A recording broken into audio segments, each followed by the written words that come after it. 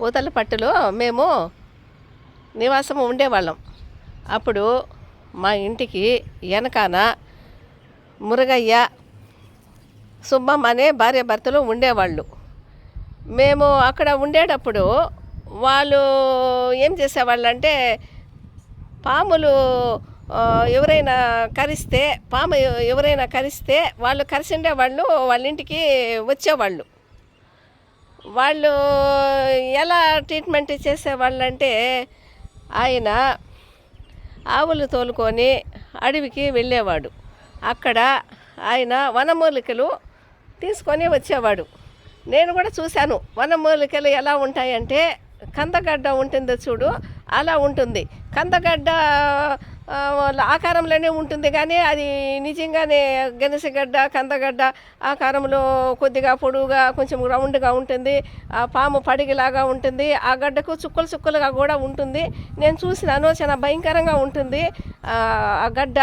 ఆయన దాన్ని చిన్న చిన్న ముక్కలుగా కూడా కట్ చేసి వాళ్ళ ఇంటి ముందర ఇట్లా ఆరబెట్టేవాడు, చిప్స్ లాగా ఆరబెట్టేవాడు. ఎందుకు తాత ఇవి ఇలా చేస్తున్నావు అట్లంటే, అవి ఒక సమయంలో ఒక సీజన్లో ఆ వనమూలిక అనేది దొరకదమ్మా, అప్పుడు ఎవరైనా పాము కలిసి వస్తే వాళ్ళకు నేను వైద్యం చేయలేను కదా, అందువల్ల నేను దాన్ని స్టాక్ ఎత్తి పెట్టుకుంటున్నాను అని చెప్పేవాడు. సరే, నేను అది గమనిస్తూనే ఉన్నాను. మా ఇంటికి వెనకన్నే కాబట్టి సగం రాత్రుల్లో భయంకరంగా అరుచుకుంటూ కేకలు వేసుకుంటూ ఒక పాము కలిసిండే మనిషిని తీసుకొచ్చేవాళ్ళు. అలా నాకు తెలిసి నేను ఆ ఊరు వదిలి వచ్చే లోపల సుమారు 60-70 మంది వరకు పాము కరిసిండే వాళ్ళు వచ్చింటారు. నైట్ పూట ఒక్కొక్కరు అంటే పాము కరిసిండే వాళ్ళంతా వచ్చేటప్పుడు ఆయన ఏం చేస్తాడంటే దానికి వైద్యం చేసేవాడు. వైద్యం అంటే ఎలాగంటే, అది వాళ్ళు అన్నము మనకు మిగులుతుంది. మనం చిత్తూరు సైడ్ ఏం చేస్తామంటే దానిలో కొద్దిగా బియ్యము, అప్పుడు కుక్కర్లో లేక బియ్యము వంచేవాళ్ళము. ఆ వంచిన నీళ్లు కొద్దిగా పోసి వాటిలో వాటర్ పోసి పెడితే వాటిని సద్ది నీళ్ళు అనేవాళ్ళం చిత్తూరు సైడు. మేము కూడా అవి అన్నము ఉప్పేసి కలుపుకొని సద్దన్నంలో కలుపుకొని ఎర్రగడ్డ పచ్చడి అదే ఊరగాయలు నంచుకొని బాగా కమ్మగా టేస్ట్గా ఉంటుంది. ఆ రోజుల్లో భలే రుచిగా ఉంటుంది. ఇప్పుడు అటువంటి సద్ది తయారు చేస్తే కూడా మనం తాగలేమో, తాగినా కూడా మనకు ఇప్పుడు ఉండే వాతావరణానికి అది సెట్ కాదు. అలాగా సద్ది అనేది వాళ్ళు ఎప్పుడు పెట్టుకుంటారు వాళ్ళ ఇంట్లో. సద్ది అన్నము గంజి నీళ్ళు పోసి పెట్టుకుంటారు స్టాకు. ఎందుకంటే అది ఆ పాము వైద్యానికి చాలా అవసరం.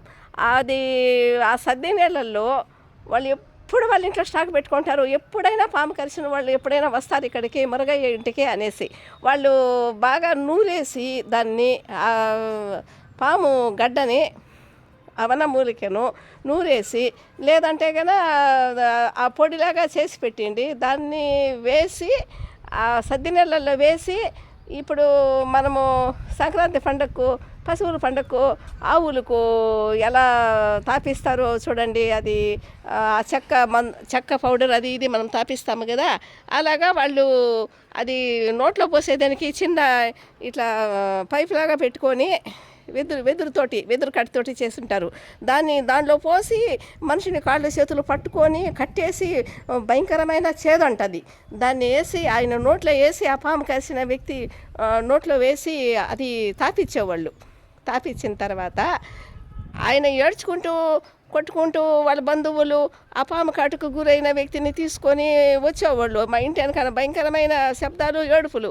ఆ వచ్చిన ఒక 20 మినిట్స్ 20 నిమిషాలకంతా అట్లా ఏడ్చుకుంటూ వచ్చిన వ్యక్తి బాగా లేచి కూర్చొని బాగా నడుచుకుంటూ వాళ్ళందరూ హ్యాపీగా వెళ్ళిపోయేవాళ్ళు. ఆయన ఆ ట్రీట్మెంట్కు ఏమీ కానీ ఒక పైసా కూడా తీసుకోడు.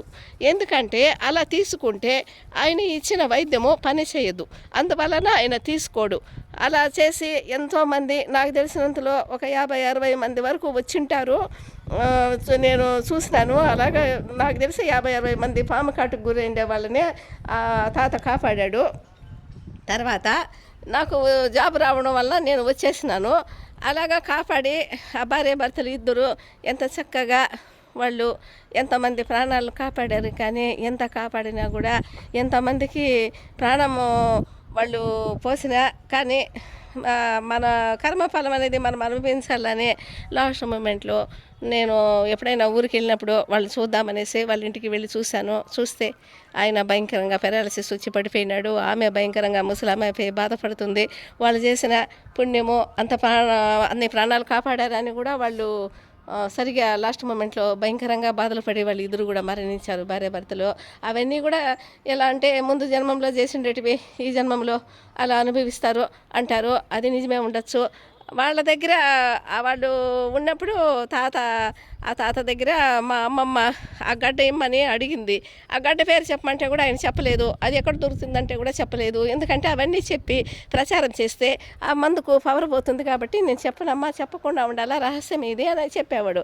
అయినా కూడా ఆ తాత దగ్గర ఒక చిన్న గడ్డ ఒకటి తీసుకొని మా అవ్వ తీసుకొని పోయింది ఊరికి, దామల చెరువు దగ్గర కొండేపల్లి.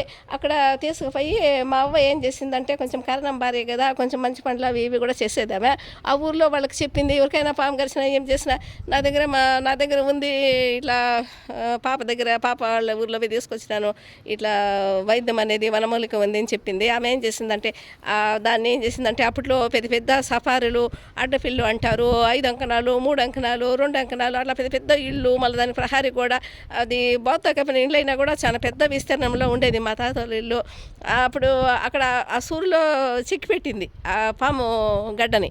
చెక్కి పెట్టిన తర్వాత అదేం చేసిందంటే సూరులో అది మొలకల్లాగా వచ్చి తీగలాగా అల్లుకొని పోయింది. అది కింద భూమిలో నాటకూడదని చెప్పినాడు ఆ తాత. అవ్వ అలా సూర్లో చెక్కి పెట్టింది. అది బాగా మొలకొచ్చిపోయే కొద్దికి అట్లా ఒకనాటికి ఆ ఊర్లో ఒకరికి పాము గరిచేసింది. పాము గరిచేస్తే ఆమె తీసుకునేసి అవ్వ దగ్గరికి వచ్చినారు. అవ్వ దగ్గరికి వచ్చి ఇట్లా పాము గరిచేసింది, అవ్వని ఆ ఊర్లో కరణం భార్య అనేసి అందరూ పెద్దమ్మ అని పిలిచేవాళ్ళు. పెద్దమ్మ కరిచేసింది ఇట్లా పాము అనే కొద్దికి మా అవ్వ హడావుడిగా టెన్షన్గా పోయింది. అప్పుడు ఇట్లా పైర్లో పోసే కొడవళ్ళు ఉంటాయి, వాళ్ళు వ్యవసాయదారులు కాబట్టి కొడవళ్ళు అవన్నీ పెట్టుకుంటారు. ఆ కొడవలతో పోయిందో దాన్ని సరసరామని చెప్పేసి ఆ సూర్యుల నుంచి కోసేసి కట్ చేసేసి ఆ గడ్డను నూరేసేసి ఏదో అన్నం నీళ్ళు అవి ఇవి ఉంటే వాటిని వేసేసి కలిపేసేసి తాపించిన తర్వాత ఆ పాము గరిచిన వ్యక్తి ఆ ఊర్లో బతికాడు. కానీ అది కోసేయడం వలన సూర్యులో ఉన్న ఆ గడ్డను కోసేయడం వలన ఆ చెట్టు అయితే చచ్చిపోయింది. చనిపోతే పోనీ కానీ ఒకరి ప్రాణం అయితే అవ్వ కాపాడింది. అలాగా మంచి మంచి వనమూలికలు అవన్నీ కూడా అడవుల్లో ఉంటాయి, మనకు తెలియకుండా ఉంటాయి. చూసారా, ఎంతెంత ట్రీట్మెంట్లు చేసినా ఎక్కడ పోయినా హాస్పిటల్కి పోయినా కూడా పాము కరిస్తే సామాన్యంగా బతకరు. అట్లా పాము కరిస్తే బతికించే వ్యక్తి కూడా చనిపోయాడు. ఇప్పుడు ఆ వ్యక్తి ఎవరికైనా చెప్పాడో ఏమో, వనమూలిక రహస్యమో మనకు తెలియదు. కానీ ఎవరైనా ఎక్కడైనా పాము కరిచింది చచ్చిపోయినాడు అన్నప్పుడైతే నాకు బాగా ఆ వనమూలిక అనేది గుర్తొస్తుంది. నేను ఆ ఊరు వదిలి వచ్చేసినాను కాబట్టి నాకు ఇంకా అక్కడ జరిగేటివి ఏమి తెలియదు. వాళ్ళిద్దరూ అయితే భయంకరంగా మరణించినారు లాస్ట్ మూమెంట్లో హెల్త్ ప్రాబ్లం వేసి. అలాగా మంచి పనులు చేసినా, ప్రాణాలు కాపాడినా, మనం ఏమి చేసినా ముందు జన్మంలో కర్మఫలాలు అనేది ఉంటే మాత్రమో ఈ జన్మంలో ఎన్ని చేసినా కూడా ఈ జన్మంలో అన్నీ అనుభవించేస్తామేమో. కానీ ఈ జన్మంలో చేసిన మంచి పనులు అవన్నీ కూడా వచ్చే జన్మ అనుకుంటాయో ఉండవో. కానీ కొన్ని అయితే కానీ ఈ జన్మంలో చేసిన కర్మలు కానీ మంచివి కానీ మనకి ఈ జన్మంలో కూడా దేవుడు మంచి పనులు చేస్తే మంచి చేస్తాడు. మరీ భయంకరంగా కర్మం చేస్తే అది భగవంతుడు చేస్తాడు. భగవంతుడు ఎలా ఇస్తాడో అలా ఇస్తాడు శిక్ష మనుషులకు. కానీ ఎవరైనా కానీ బాగుండాలని కోరుకుందాము, అందరూ బాగుండాలని కోరుకుందాము. ఎందుకో నాకు ఆ పాము అది ఆ వనమూలికలు అవన్నీ నాకు బాగా గుర్తొచ్చినాయి. ఎవరికైనా చెప్పింటే ఎంతోమందికి ఉపయోగపడేదేమో. లాస్ట్ మూమెంట్లో ఎవరికైనా చెప్పినాడో ఏమో తెలియదు.